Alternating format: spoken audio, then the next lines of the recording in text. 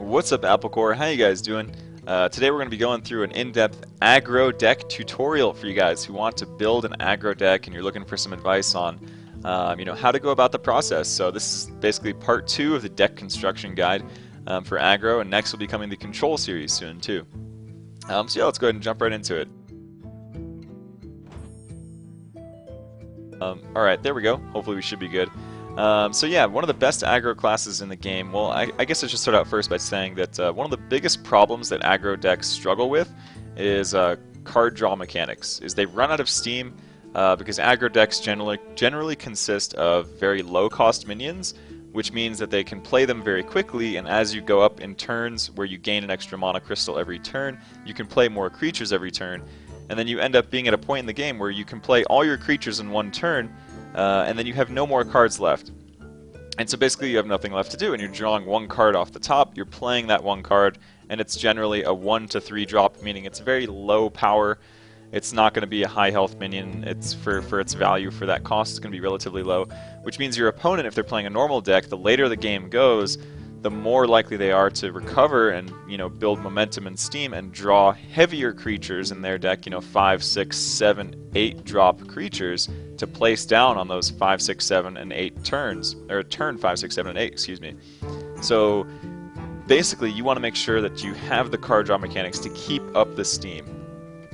For any aggro deck besides Warlock, you're going to want to get at least, I would say, a bare minimum, if you're running a really hardcore aggro deck, a bare minimum of 5 card draw mechanics. That's my personal opinion. Bare minimum of 5. I personally like to run upwards of 5, closer to 7.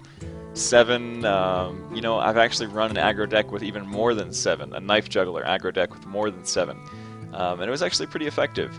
Anyways, though, the best class, I think, to solve the card draw mechanic problem is Warlock, by far, because the hero ability allows you to draw a card each turn. So, on turn 3, let's say you have board control. Let's say you played 2 1-drops on turn 1, you played a 2-drop on turn 2, and on turn 3, you can play a 1-drop and life tap to draw a card.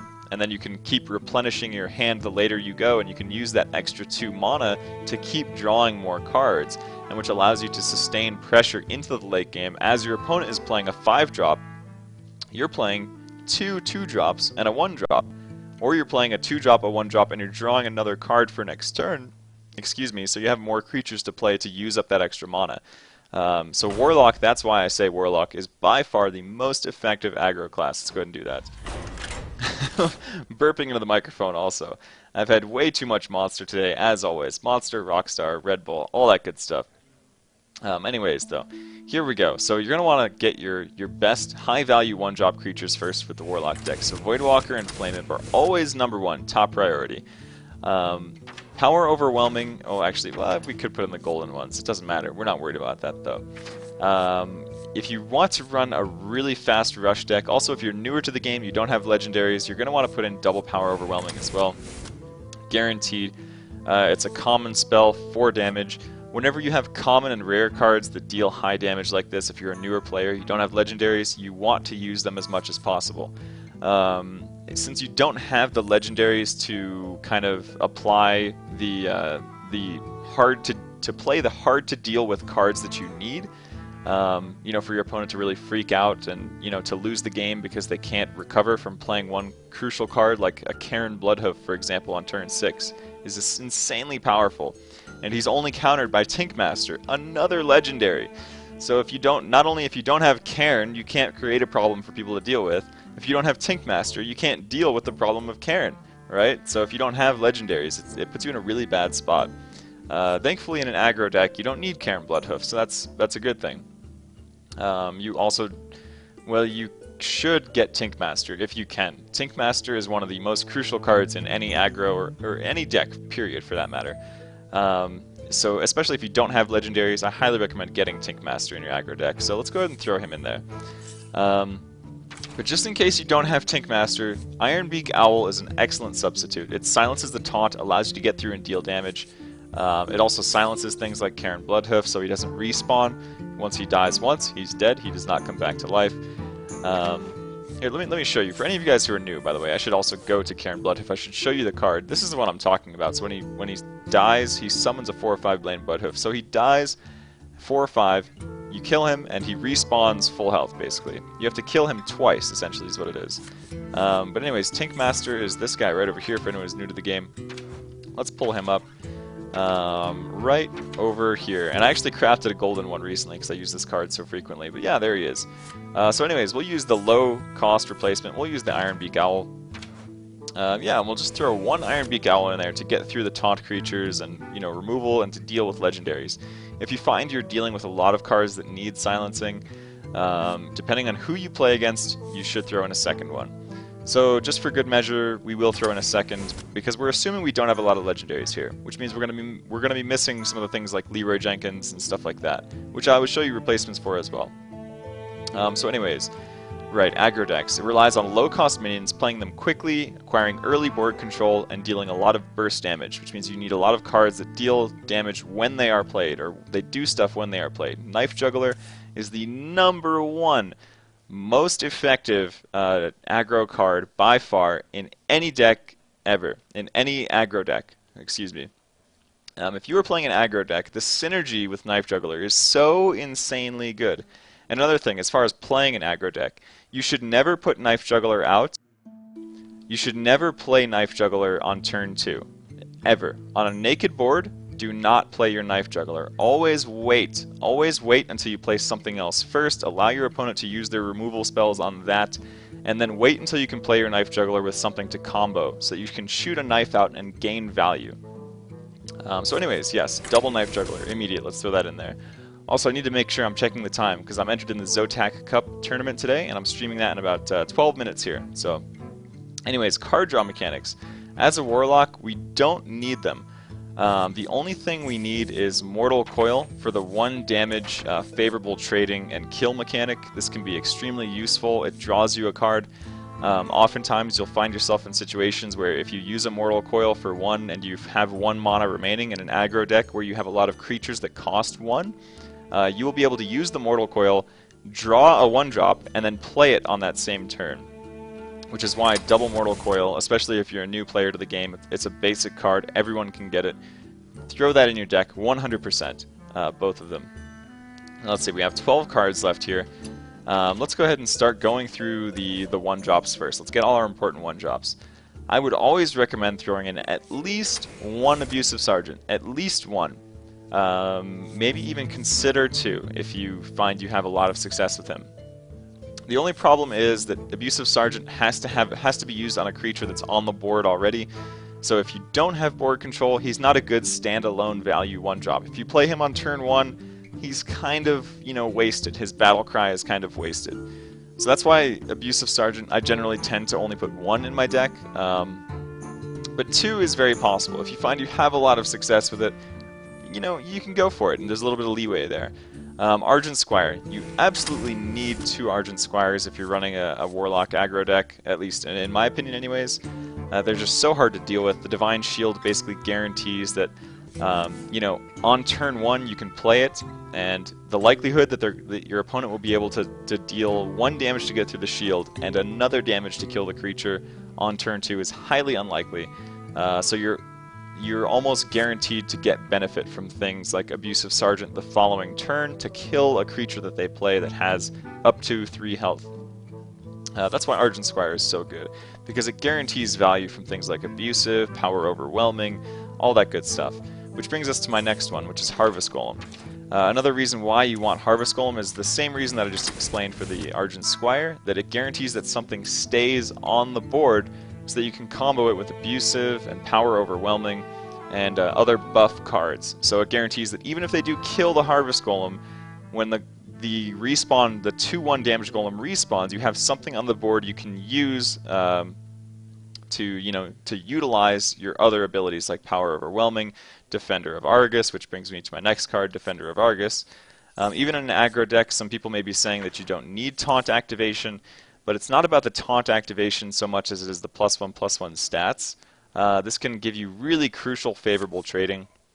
Also, if you combo it with an Argent Squire, you can basically just ignore your opponent's board.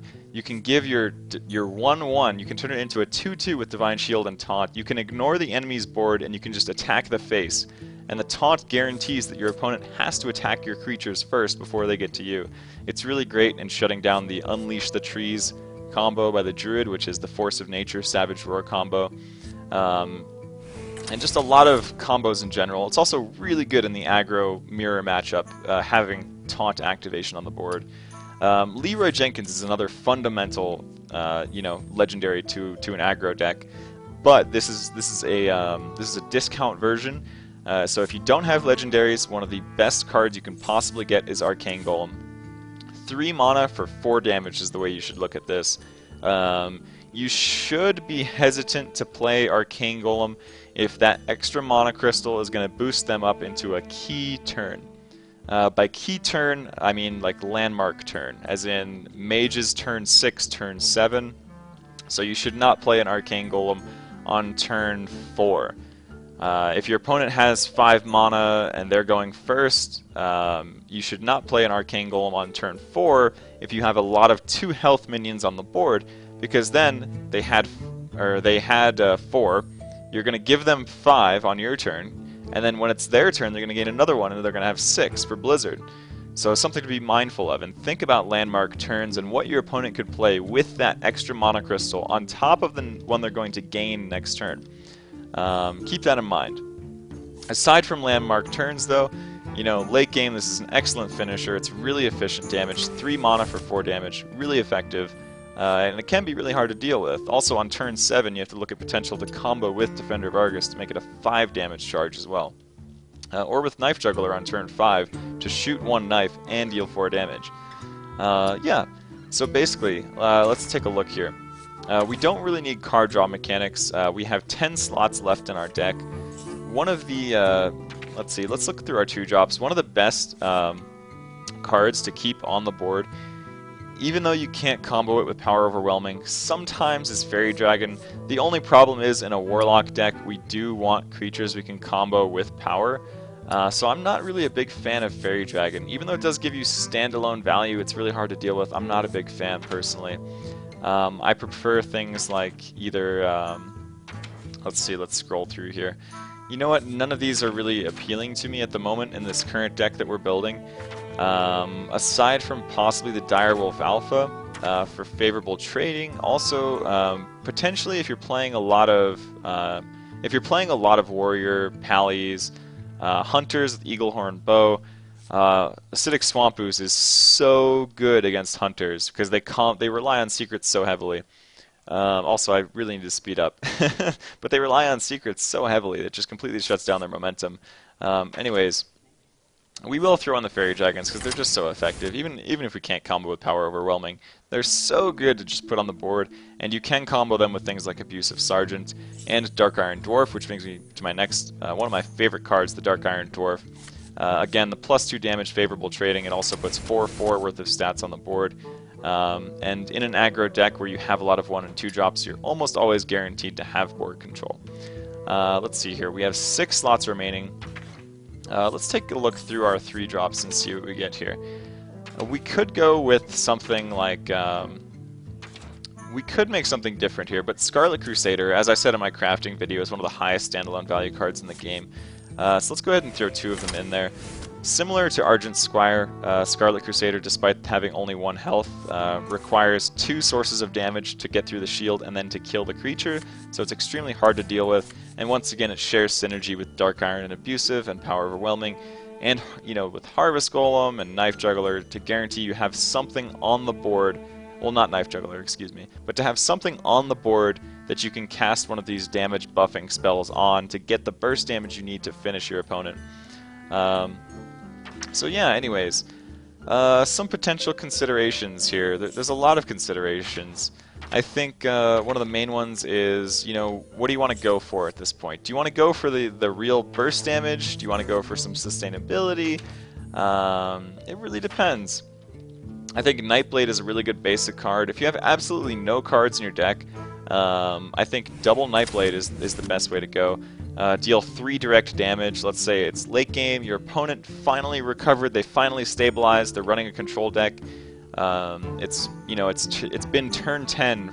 You've had 10 mana for the past 3 turns, and they have 3 life left, and you can't kill them. They have a ton of taunts up, and you're dead next turn.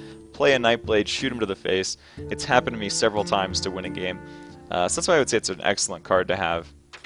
Now, aside from that, let's just go ahead and take a look here. Doomguard is a rare. Yeah, you know what? I suppose if we're not running Leroy Jenkins, we're not running anything else. You know what? Yeah, if you don't have legendaries, I would highly recommend Doomguard. We'll just go to the basic version here. It's a 5 charge minion, especially in late game when you have no cards left in your hand. Oh, sorry. Soulfire. What am I thinking? We missed out on Soulfire. Top priority here. Soulfire is much more valuable. 0 cost for 4 mana. In an aggro deck, like I was saying at the beginning, when you run out of cards, you have nothing in your hand, right? And you're top decking. Well, when you have nothing in your hand, you can't discard anything. So you can deal 4 damage directly for free, basically, for 0 mana. It's an excellent finisher to combo with Arcane Golem, Power Overwhelming in this case, because we're not running Leroy Jenkins. So let's throw in double Soulfire, and our deck is complete. So if you want to pause this video and get it right here, you can. But yeah, that is pretty much it, man. Thank you guys for watching. Hopefully this helped guide you guys through the aggro deck, the mindset that I get into, and how I build the deck, and hopefully this will help you guys on the ladder. Let's see here.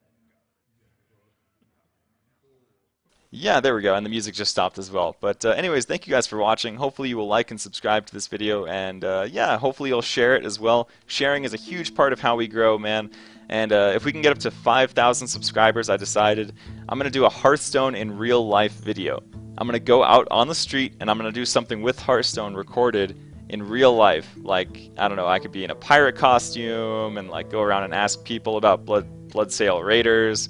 I want to do a Hearthstone in real life video at 5,000 subscribers. So share with your friends and let's get there, Apple Core. Alright. Yeah, and I will be starting up stream here in just a few minutes. I'm going to be competing in the Zotac Cup today. So yeah, hopefully I will see you guys there, man. Thanks again, once again, like the 3rd, 4th, 5th time for watching Apple Core, and peace out. See you guys later.